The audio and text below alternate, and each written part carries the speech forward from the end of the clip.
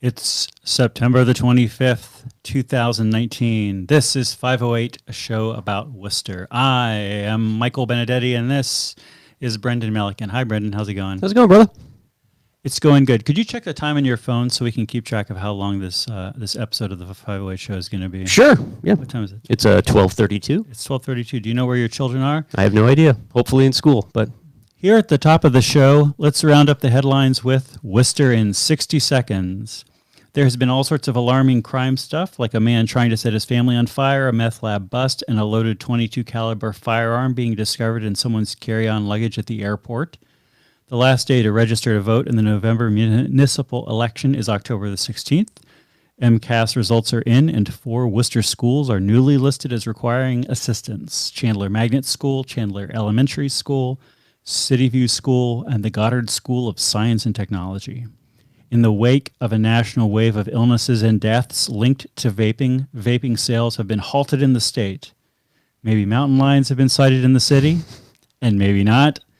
And my friend Paul Letsky, who's been called a titan of Alcoholics Anonymous in Worcester, died this week, hospitalized after a heart attack.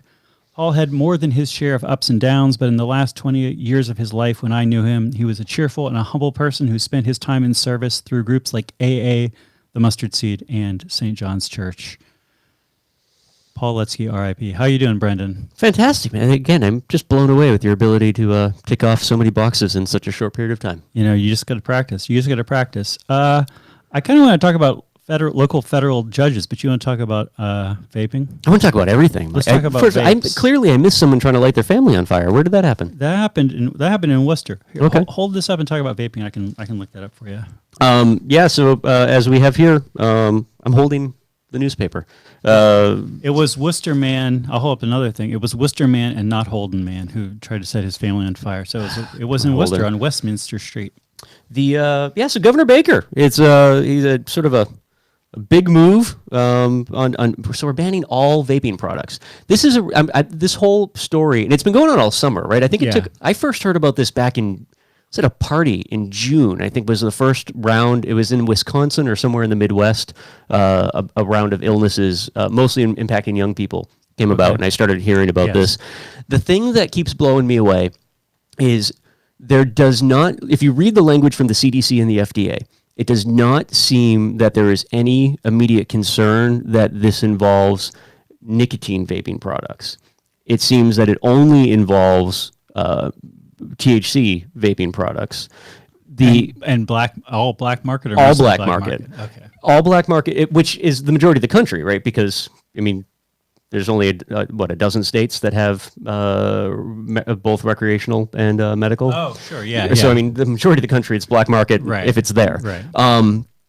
What's interesting though is the language, and I don't think it's intentional, but everything I've seen coming through press seems to be conflating nicotine and THC vaping products as being one and the same. So we're like interchanging, say a vape pen you might have from a dispensary for marijuana or THC with a Juul, right? Like, and Juuls are everybody's favorite boogeyman right now. So like that seems to be the thing that people are focusing on. There's no question that in a significant number of the cases of these lung infections or illnesses, and including the dozen or so deaths that have occurred up to this point, that the users also all reported using nicotine vaping products, but the common denominator is not the nicotine vaping products, it's the marijuana vaping products. It would be, It's kind of like going back to that whole gateway drug thing that people always seem to confuse is like, yes, almost everybody who uses heroin has smoked weed in their life, but that's because almost everybody has smoked weed in their life, right? Like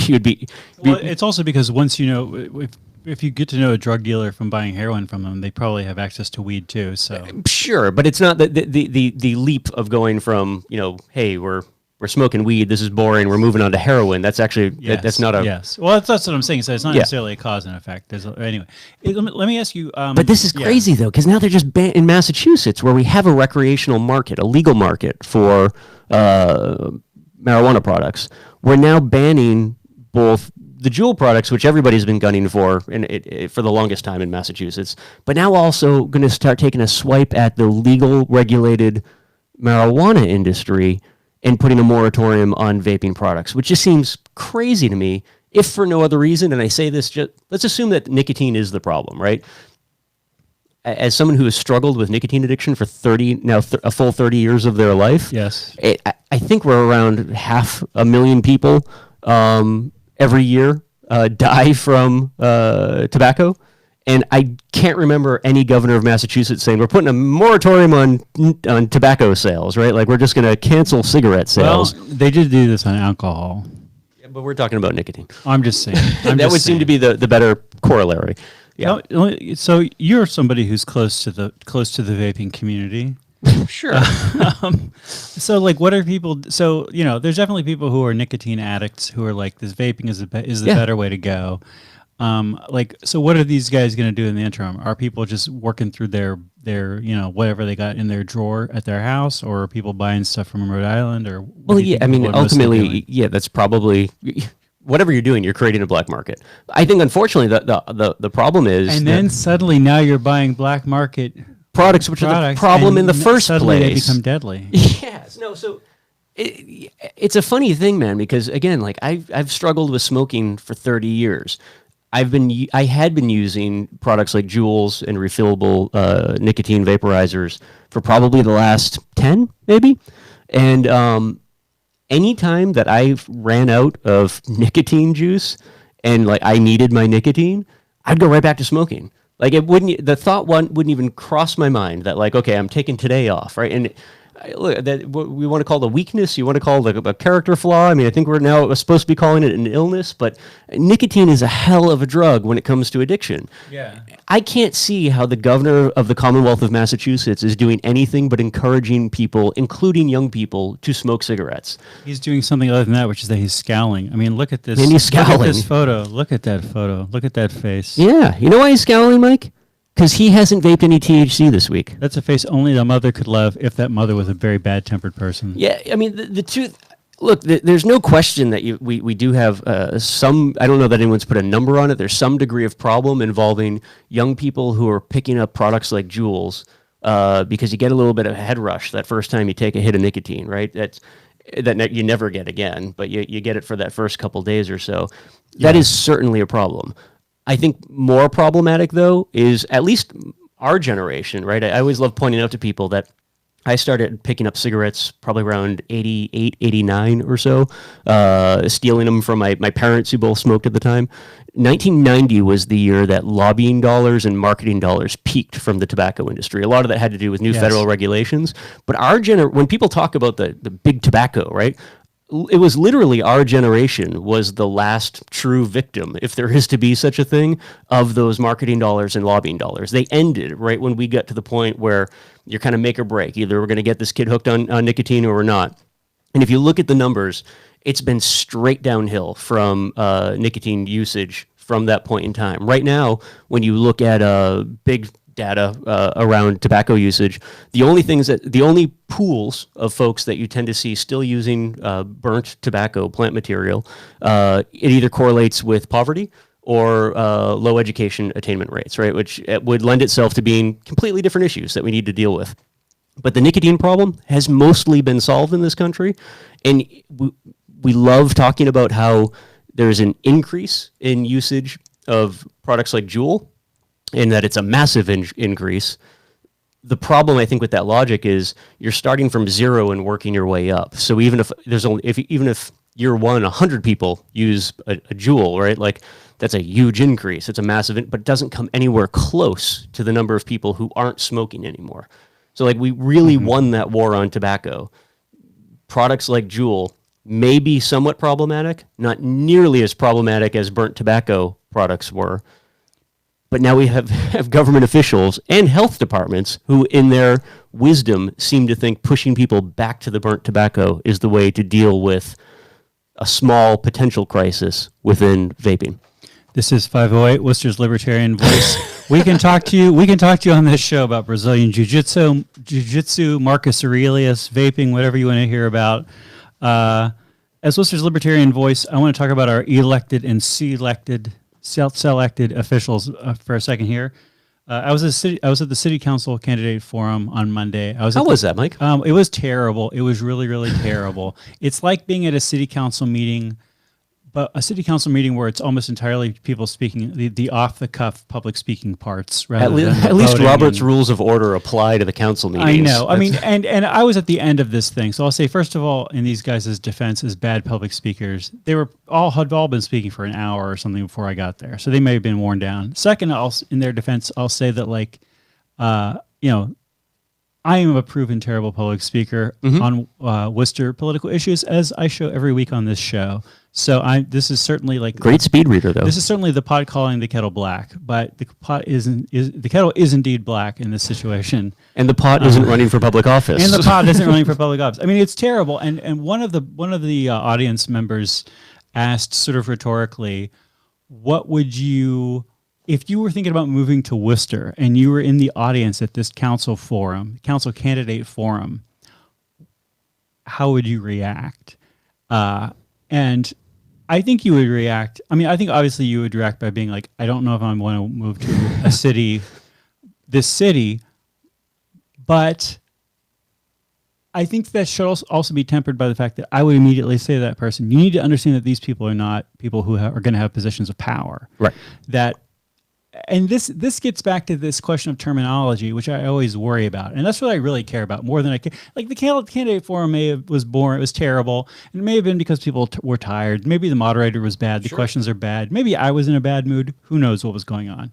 But overall, we still have these issues of terminology that anytime somebody moves to the city or gets interested in politics in the city, we immediately start confusing and misinforming them by talking about things like Mayor Joe Petty or City Councilor Connie Lukes, in that in our plane of government, those words do not mean what they have meant to 99% of people in 99% of the places over the vast course of human history. Our mayor is not our mayor. Right. I really, for a while there, I was thinking maybe we should call, instead of saying like Mayor Joe Petty, we should say Mayor McCheese Joe Petty, just to be like, which sounds a little dismissive, but just to say like, Mayor McCheese doesn't run McDonald Land. Yeah. Ronald McDonald, it's named after Ronald McDonald. He is the city manager of McDonald Land. Mayor McCheese is a dude who has a sash. Sure, absolutely, but it's mostly about the sash. So, but I think it's still Ronald's party. I think it's also a confusing thing. I think that if you start saying, well, the Mayor McCheese of Worcester is Joe Petty, somebody's going to be like, wait, what? That's also not helpful. That there's got to be some way. I mean, maybe we just start referring to them, all of them. Forget the titles. We just refer to people. It'll be Joe Petty, public figure of questionable importance. We can just we won't necessarily be dismissive of them. It just, you leave it, because I think the important fact here is that somebody moving to Worcester, if they're looking at this, whatever is going on there in local politics, saying, is that what I want my city to look like? Their options are like, I'm either already politically engaged, but there's only like, what did we decide last week? How many people are actually voting? It's like 4% of the city. Yes. So if only 4% of the city is actually engaged, I think anyone coming here hopefully is aware enough of their public school math to be able to say, hey, look, that's just some old-timey thing that's going on over there. This really has very little impact on my life in the city of Worcester. Yeah. So yeah, maybe it's just important to remind people that unless you really want to get in and play that game of, I don't know, like caring what's going on in local affairs that don't really impact that many people, you don't have to. You can just do your own thing. Like, we've got great coffee shops. Like, maybe politics isn't your thing. We got some good restaurants. It's like we've got a Ghanaian population of like almost 40,000 people. Like, go hang out with the Ghanaian population. Have a good time over there. You don't have to hang out in this boring room of people who can't, I don't know, articulate an idea in a meaningful way. There may not be a terminological solution to this problem. Maybe we just start ignoring it. I mean, can we ignore problems? Let's see also, can we just ignore nicotine, Brendan? Can we ignore? Can we just say like, oh yeah, are we addicted? Is that what we're saying? Hey, can we vape our politicians? Absolutely. With apologies to the late AA Titan Paul Letsky, I'm definitely addicted to Worcester politics. Yes. I don't think it's healthy. I know that I would enjoy my life a lot better if I didn't care about it, but I certainly do. Oh, that's a good way to look at it. The another burden, I think, of our generation. Do you know whether for that forum were the questions given out in advance? Historically, Yes. Worcester political forums, the questions go out in advance to avoid having a bunch of folks who might not have any idea what they're supposed to be talking about, like getting caught off guard. The reason I ask is I was just told this week that there's a school committee candidate forum coming up. Yes, I think it's today. It might actually be tonight, and that the questions didn't go out in advance. And I've got zero interest in going to this forum, but I actually kind of want to go after hearing that just so I can see people get caught off guard with probably pretty complex questions that they might not have any formal understanding of whatsoever. Even though they might already serve as a school committee member, they might not really have any idea what's coming up, and not having an opportunity to circulate those questions amongst handlers and aides and confidants and whatnot. That I think could be fascinating. We just got a message via Facebook that says simply they were. So is that for the forum on Monday night that you went to, or is it for The forum on Monday night? Okay. I assume. So then the real show, as abysmal as you may have found Monday to be, tonight is the real show. Tonight is where you're going to have a bunch of candidates coming in. Some of the most complex issues that we have facing the city of Worcester right now, I think most of them revolve around education. Yes. And everyone is coming in blind. That is going to be an absolutely fantastic train wreck to watch. Well, I'll tell you about something that's not a train wreck, Brendan. It's our local federal judiciary, in my opinion. We just got another text message saying CC. So in fact, the city council Monday got the questions were given out in advance, but they are not going to be given out in advance for the school committee thing. Fantastic, right? That's what I understand. Unless something has changed.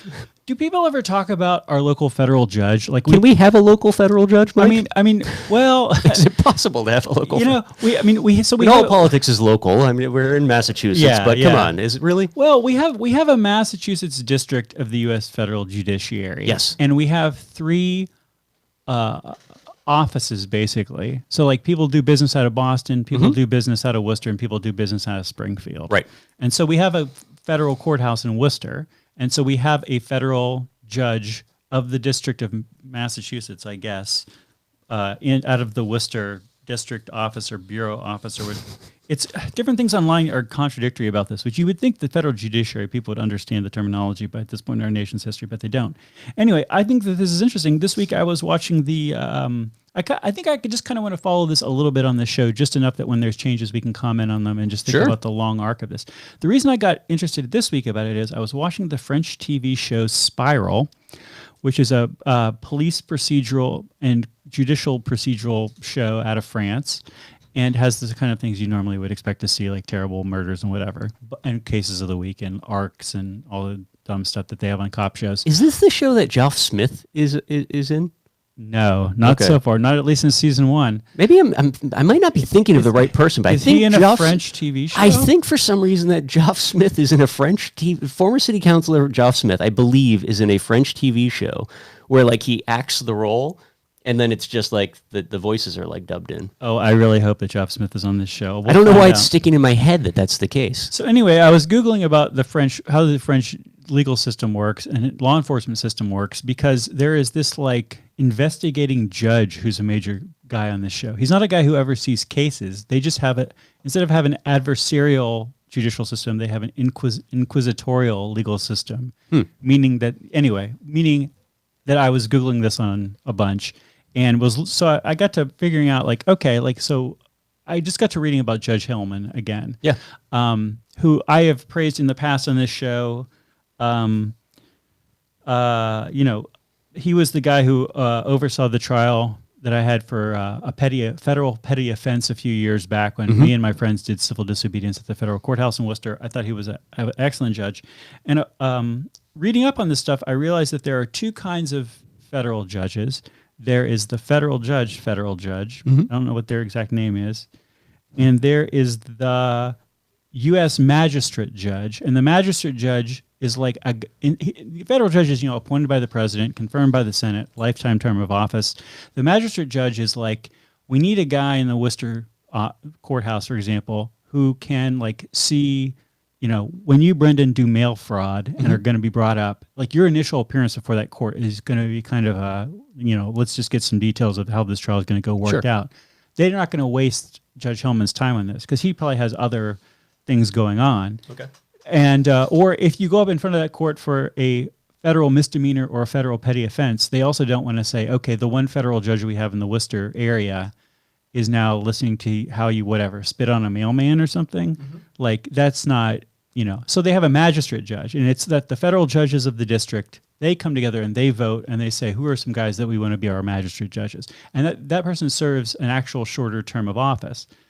And what I realized is that when my case was being overseen by Judge Hillman, as people will now guess if they've been following my logic, Hillman was our magistrate judge because it was a petty offense, our thing that we did.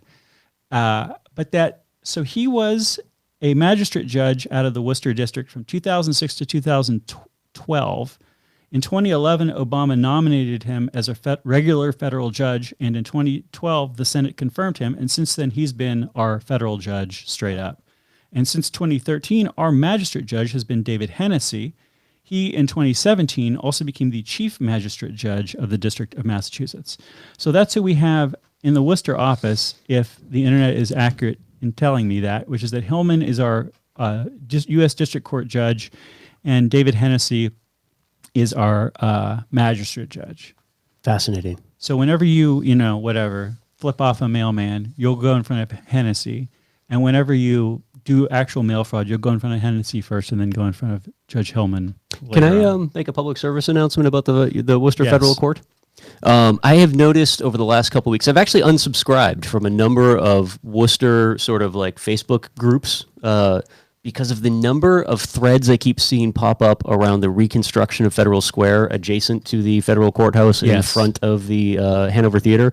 Most of those complaints circulate around the fountain that was taken down there because people are really upset that that fountain that they have fond memories of like hanging out at with Back their in the mom in 30s the 30s and 40s has been taken down. I just want to make sure everyone is clear, and this isn't up for debate. That fountain was built in 1991 by Mayor Jordan Levy.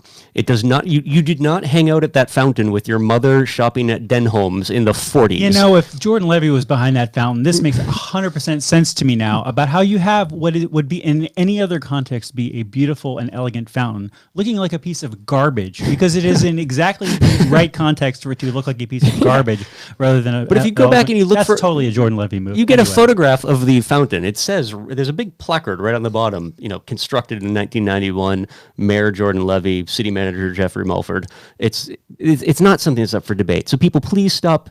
I know everyone has to knock Worcester for something, right? We're always doing something wrong in the eyes of people who moved out to Auburn, 40 years ago. We haven't ruined your childhood, though. Yeah, no, but seriously, that's a false memory. Like, I don't know what you were actually doing with your mom out, at that day when you were down at the federal courthouse, but you were not hanging out at that fountain because it didn't exist. You were hanging out at that fountain. You were checking Facebook. You were doing all the kind of things a kid would do. We got to convince. We need to figure out a way to get Judge Hillman to come on the show and reminisce with us about his memories of the fountain outside of his courthouse as a child. That's what we need to have happen. Judge Hillman, if you're a fan of 508, a show about Worcester, please come on board so we can talk about the history of this fountain in, I don't know how old you are, but in the 40s and 50s. And again, I just want to take my hat off to Judge Hillman and say, my experience, top-notch judge. The owners of the Midtown Mall and the Midtown Mall and the Great Wall restaurant, both on the Worcester Redevelopment Authority's properties it would like to seize by eminent domain, have not been communicating with the WRA as they have promised to, so the WRA has let them know, you better communicate with us guys or we're going to for reals eminent domain you. We're serious this time, Mike. Yeah, I mean, this is a little disappointing because I feel like when the Midtown Mall got sold by its existing owner to a potentially similarly sketchy but different owner who was like, oh yeah, I'm definitely going to talk to WRA. I think some of us were like, great, this is going to be cool. Like the Midtown Mall can now do some renovations and can kind of, whatever, not get eminent domain. Yeah. And can just kind of move forward as its own weird, quirky way, but move forward with the rest of downtown Worcester. Now it's like same deal as before, just a lot of stonewalling, just a lot of whatevering. I think most people had hopes that we had found a comfortable middle ground between hard gentrification and just letting something die on the vine. But I also think that those same people probably believe that when they were talking about a facelift, they meant more than a couple fake shrubs and topiaries out in front of the main entrance. Do people talk about hard Brexit or no deal Brexit? They talk. I know they talk about no deal Brexit. No deal Brexit. Brexit. Hard Brexit. I don't think we have a hard Brexit yet. So I feel maybe we could talk about like negotiated gentrification versus no deal gentrification. This is well, I mean, and we were hoping for a negotiated gentrification. I think we wanted a well-negotiated gentrification with and that's but we voted to dismantle Parliament apparently. Yeah, I'm like let me tell you, Remain was never a true option vis-a-vis the Midtown Mall. Yeah. I mean, come on, guys. All right, we got the WRA. How many minutes do we got left? We got plenty of time, Mike. I got nothing to do this afternoon, so we're. I mean, if we're going to do this show in 30 minutes, we got 3 minutes, so we don't have to do it in 30 minutes. Brent crude oil is $62 a barrel this week, down 1% on the week and down 25% on the year. Bitcoin is $8,400, down 17% on the week and up 31% on the year. Mike, the saying goes something along the lines of lions, tigers, and bears, oh my. Yes. Which apex predators have you seen in the city of Worcester? Honestly, not a lot. Like, so you want to talk about this thing with the murder cats? I mean, I feel like, this is where like the whole Worcester magazine, whether or not Worcester magazine truly exists, the voice of Worcester magazine is so key, because the only way to write about this story is in a very silly way, even if it's a true story. You still have to talk about it in a silly way. But even though the Telegram and Gazette can have a little bit of wit and have a little bit of silliness, it can come nowhere near the level of silliness that this story requires. Whereas Bill Shaner and Worcester Magazine can. Yeah. He says, we've got mountain cats in Worcester, folks. Well, I don't know that we do, but the Worcester Reddit has been blowing up lately with accounts of bobcat and mountain lion sightings. Last week, a Worcester Redditor described seeing some big expletive cat run across the road by Nelson Place Elementary School. The Redditor went on to describe the cat as bigger than a bobcat with no spots and short tan hair. Others in the thread said there had been recent sightings in Auburn and said authorities are reticent to acknowledge sightings of the eastern cougar, as the eastern cougar is considered extinct, so unextincting it is a whole bureaucratic mess. I don't know about that, but Bill did call the Worcester Police Department, and spokesman said that animal control did get a few calls a month ago about something that looked like a mountain lion on Moreland Street cutting through the woods. The report was unconfirmed. But yeah, maybe there's I feel like I feel like there's long been stories of mountain lions being seen in Massachusetts. For quite some time.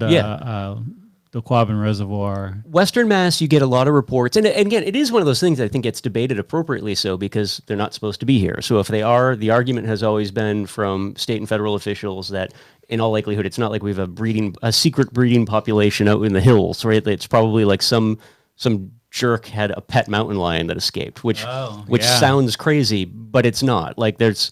What is it? I believe in Texas, for example, there are more tigers held in captivity as pets than there are still alive in the wild, right? Yes. And that's like, we know that. There are probably people in Massachusetts who thought it was a good idea to have everything from a chimpanzee to a mountain lion as a pet, and every once in a while they get loose. They escape. But I think we know why they're in Worcester, don't we? Listen, I did a little research here, Mike. Yes. Because I found this piece by Bill fascinating. According to the Northern Virginia Society for the Protection or the Prevention of Cruelty of Animals, yes, they have some instructions about what you're supposed to do when your house cat gets loose. And I think there's intersection here. We can stipulate that a house cat is not too different from a mountain lion. I think I have been attacked by a number of house cats, and I think they are exactly the same as mountain lions. House cats are apex predators that don't realize they can fit in a shoebox. That's the only difference between a mountain lion and a house cat is the mountain lion is aware of its size. The house cat is not aware of its lack of size. But the folks in Northern Virginia state rather clearly that if your house cat gets loose and is missing, the way to get your house cat back is to take its litter box and place it outside. Because your cat can smell its own litter box from a significant distance. And it'll say, oh, there's my house. And it'll find its way home. Yes.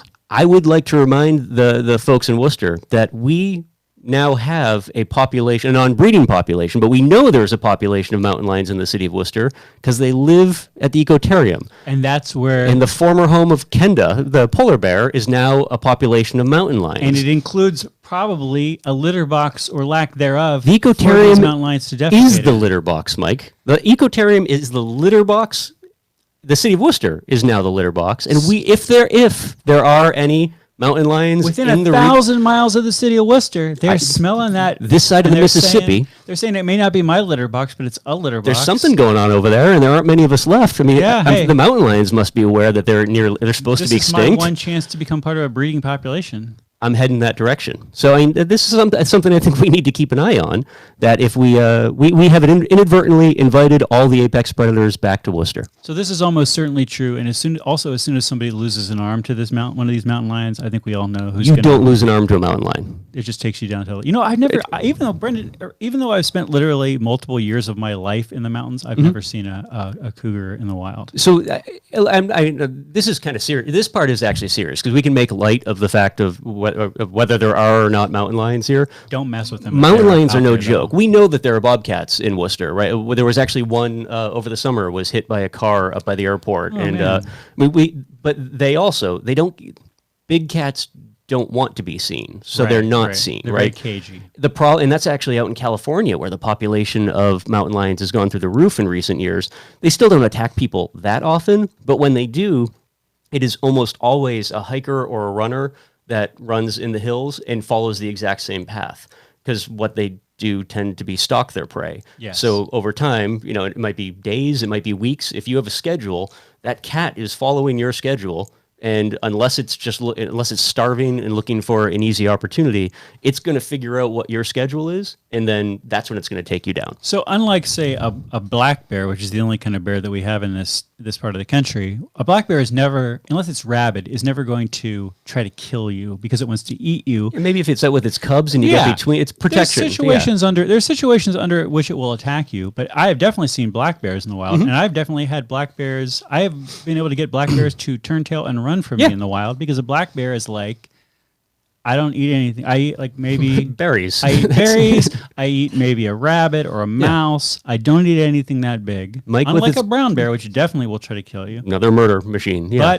So a wildcat, a mountain lion is definitely like, you're definitely like in the ballpark of things that it might kill in the wild. Yeah. So it might actually try to kill you if it's on. If it's hungry and it's out looking for food. And so the idea here is don't antagonize. Don't antagonize them. Don't antagonize the mountain lions, Mike. Don't feed the mountain lions. All right. Well, this is great information. We're saving lives this week on the podcast. I'm really glad. Bill that we are. at Worcester Magazine is saving lives. I mean, all right. And I would like to make sure we need to start this here, that Bill uses the term murder cat more than once in this piece. I think we need to promise ourselves as a city, the next time we're up for a minor league franchise, it will be called the Murder Cats. That is the only, I don't care if it doesn't matter if it's basketball or skee ball. The team is called the Murder Cats. Let me tell you, previous to this story coming out this week, I was very much ready to follow Bill Shaner's lead and call the new Worcester baseball team the Worcester Paw Sox. And but maybe Worcester Murder Cats. The Worcester Murder. And, I think it's a good way to hook in, again, our generation, because the natural progression from that is a callback to the Thundercats. So as soon as everybody introduces the Murder Cats, Murder Cats, ho! It's exactly, you get the whole crowd is going wild, just screaming ho at the end of Murder Cats. Murder Cats, Murder Cats. The cheerleading guy is doing that, and everybody's like, oh. And that'll be terrifying for anyone who comes to the city of Worcester to see the opposing team. Is everyone just chanting Murder Cats over and over again? Plus, does it connect to Worcester? Yes, because have we had lots of cats in the city? Oh, definitely. And have we had a lot of murders in the city? For sure. Yeah. And do we have a literal murder cats coming to? We have them in the ecotarium, and we also have them wandering our streets trying to get into the ecotarium. I love this. It's not even a stretch. Yeah, man. The only other thing that I have on my list of things to talk about this week is this fantastic Telegram and Gazette article about local municipal cyber attacks. But maybe we want to hold off on this. That was a fascinating story. We should hold off on that. We should actually, I would suggest we should find someone to come in to talk about this, because that's actually a big deal that I'm sure whether you're an individual who's unintentionally ended up with some malware that may have locked down your personal files. Yeah. I think everyone hears about that on that front. I was surprised at how many municipalities have dealt with this in Massachusetts. And I think we should look out for a internet security researcher to bring in to actually talk about some of the realities of this. Do you think rather than having someone from the city? Or someone like us, or people like us who are just going to make things up. I mean, there have got to be some good folks that can speak to this with some authority that we should talk through. I mean, I can speak to this. I don't want to get into it today, obviously. Like, I feel like in my professional life as a sometime computer guy, I think I've had two experiences with this. One is that when a client of mine, which is an organization, got the dreaded Google pop-up of, we think you're being attacked by a nation state level attacker. And this is a thing that you get. And this is a thing which the Democratic National Committee got back a few years ago. And some people just were like, just close that pop-up. Don't worry about it. And bad move, guys. One of my clients was an organization that got that pop-up. And so they didn't turn to me for a solution, but I was part of the team that helped with that. So I've had a little, that edge of experience with it. And the other thing is definitely an organization I've done some work for in Worcester that they had one of these, like, what do you call them? Encryption attacks, where like all their files are encrypted and a pop-up says Bitcoin is, send us a bunch of money by Bitcoin and we'll unencrypt your stuff, and otherwise it's gone forever. And that luckily, like, part of the work that I had done for them involved backing up all of their stuff on Google Drive, because as an easy solution to their previous setup. And so also being an enterprising organization, when they get that pop-up, they were just like, great, we're going to wipe all of our drives, reinstall Windows and everything, and rehook up to our Google Drive. And all the files come back for them, and they weren't using anything particularly esoteric. So I think that that's where the cities have the problem, right? Which is that they're using all kinds of wacko software and wacko file formats, and they can't just be like, oh yeah, we all are like synchronizing to a common whatever in the cloud, because there's lots of local configuration stuff happening. I mean, they could sync to something. They could all be backing up like an adult. Sure.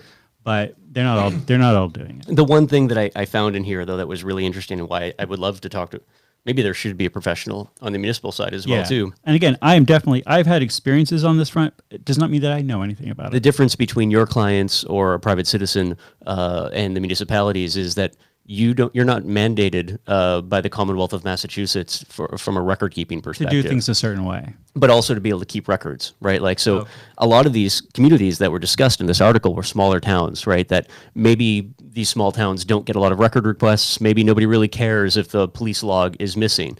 But strictly from a statutory perspective, that's a really big deal, right? Like, I mean, that would be no different than the chief of police every night taking all of their files and burning them in a dumpster out back, right? Like, if that happened, we probably would get a little bit upset. Somebody is sloppy at their desktop and allows some malware into their network. And everyone, I think it's one of those issues that, like, because it's kind of obscure and people might not necessarily fully understand what's taking place there, that just, okay, well, whatever. But that's no different than, again, if like the clerk's office decided to have a bonfire out on the common and just started burning historical records from the city. In some of these communities, some of these offices, their files no longer exist. There's like a gap in record keeping on a municipal level. That, to me, that seemed like the bigger story. Like, I mean, it's the story of like, hey, somebody did something stupid on a computer and borked the entire network. Like, that's a funny thing that we can talk about over here. Yeah. Over here is this problem that 100 years from now, some researcher is going to go back looking for some files, and there's going to be like a 10-year gap in time because that's when somebody hacked the network. And it's that can't happen. Like it's not supposed to happen that way. I don't know. Maybe we need to put monks back in Ireland, back in charge of record keeping or something. But this system seems to be a little bit flawed. I mean, I'll say this in defense of one of these communities. It mentions that Athol 2 months ago had one of these attacks happen, and that the police department is still not back to normal, that they have an officer spending hours each day, in addition to his court duties, manually transferring critical data from hard copies to the department's server. So Athol, good job in at least kudos having the to hard Athol. Copies around. Yeah, and that's what I mean in realizing the importance of that record keeping. You know, I mean, even from a day-to-day perspective, right? You don't want to be the police department that's caught off guard with a lawsuit or something, and you don't actually have the document. What do you go bankrupt as a community because there's no documents to bring into court with you or whatnot? But I don't know that scales. Again, some of these communities are really small. What's the contingency for this happening to Boston, right? Because the fact that, or a city that size, you know, it's the fact that it hasn't happened doesn't mean that it's not going to happen. It just means that they've been lucky thus far, and somebody hasn't actually worked that hard to go after a bigger municipality. Well, Baltimore had this happen. And what did they do? I don't know. It's somewhere in this article. I can find it. I mean, I want to bounce back to something that Nicholson Baker was writing 25 years ago. So if you weren't reading stuff 25 years ago, you can hear it from me today. When I was doing all that research on America's most prolific serial killer and how he got his start in Boylston, I was looking at the old Telegram and Gazette and the Telegram and the Gazette front pages, and making digital copies of those for my own research purposes. And I was also looking at other people's stuff online that they had research they had done, and one of them had like a copy online of the Telegram's spectacular, crazy, out of control front page that they had on the day that that this murders was announced, but it had like a weird like slash through it, or like it was sort of like damaged. Okay. Like physically damaged. This is unfortunate. But then whenever I made my own digital thing out of copy from my own thing from the library's microfilm, it also had that exact same piece of damage, and then it was like, oh, like that copy that was photographed by whatever 30 years ago is this copy that this guy got, is the copy that I get, that there's not, where that's are you the copy. That's the copy. Like maybe somebody somewhere in some climate controlled shipping container does have that issue of the Telegram tucked away somewhere. But like, as far as the public is concerned, the Telegram doesn't like have a, the Telegram, or I'm sure neither the Telegram nor the library have like, the bound volume, which is what we had when we were kids, like a bound volume of those newspapers that would have that physical newspaper from that day. Yeah. That wouldn't have that weird piece of damage on it, presumably. Well, and I guess ultimately, and this is why I would love to talk to a security researcher about this, is that to me seems to be not only the problem that's easy to identify, but the area where there is least concern, right? So over the last since we last met, I feel like Edward Snowden went back on the tour circuit, reminding people that he existed. He wrote a book, whatnot. So that came out. But we've known since 2013 now, because of Edward Snowden, right, that if you were born after 1987, every phone call you've ever made, the government of the United States of America has deemed it important to store that phone call, like the record of that call. Yes. So that's a priority for the federal government, is every phone call since 1987 has been stored in perpetuity. Yet nobody seems to be concerned about a system by where all of these very important records that are being created by local, in state and federal governments are equally secure, things that actually matter, right? Like, because you and I call on each other every once in a while, that is not important to anybody. That will, regardless of what the intelligence community wants to convince itself, that is of zero consequence. But there are things like birth records and police reports that, to your point, years from now are actually going to be really important, that researchers will have access to them. And some bizarre malware scam that doesn't go anywhere, because like most of these communities are not making big Bitcoin payouts. They're instead just turning around to going back to paper. That's not okay. Like, I mean, our priorities are just so we know we have the technology to do good record keeping because we're allowing it to be done to us on a daily basis. Like probably the NSA had some automated system hack the Athol Police Department servers on a regular basis, and they have a backup somewhere. Why won't the NSA just hook them up? Just give them back their records. Because then they would have to acknowledge that they've been. They have every hard drive in the world that's hackable backed up somewhere at the NSA. Yeah, whatever. I mean, it's great to have right. We should be thinking about that as a resource, our national backup system. But again, they don't. That's how, I mean, they're not going to make it available to us. NSA folks, we know you're listening. If you're looking for increased funding, that's your angle. Go to Congress and say, hey, quietly, you don't want to get everyone all weirded out, but we actually have all of this data backed up. We've been backing it up since the early 80s. Maybe if you give us a little bit more funding, we can create a public wing that will just be the National Archive. Like, we won't just be the National Security Agency. We'll be the National Archive Agency. It'll be like the American Antiquarian Society for more contemporary nerds. I love this. Well, we should probably wrap up this show. Like we should have wrapped this show up. We shouldn't have started talking about this because, again, this is a situation we can complain about this, but there's actual ways to solve these problems. Yeah. But we don't know them well enough to talk to them. Ladies and gentlemen, thank you for watching the 508 show. Brendan Melican, thanks for being on this program again. Thanks to WCCA for loaning us this closet that we have been taping the show in. And thank you, Murder Cats, for coming to the city of Worcester. That's all for this episode. We'll see you next time. And remember, Worcester, you can bench more than you think you can.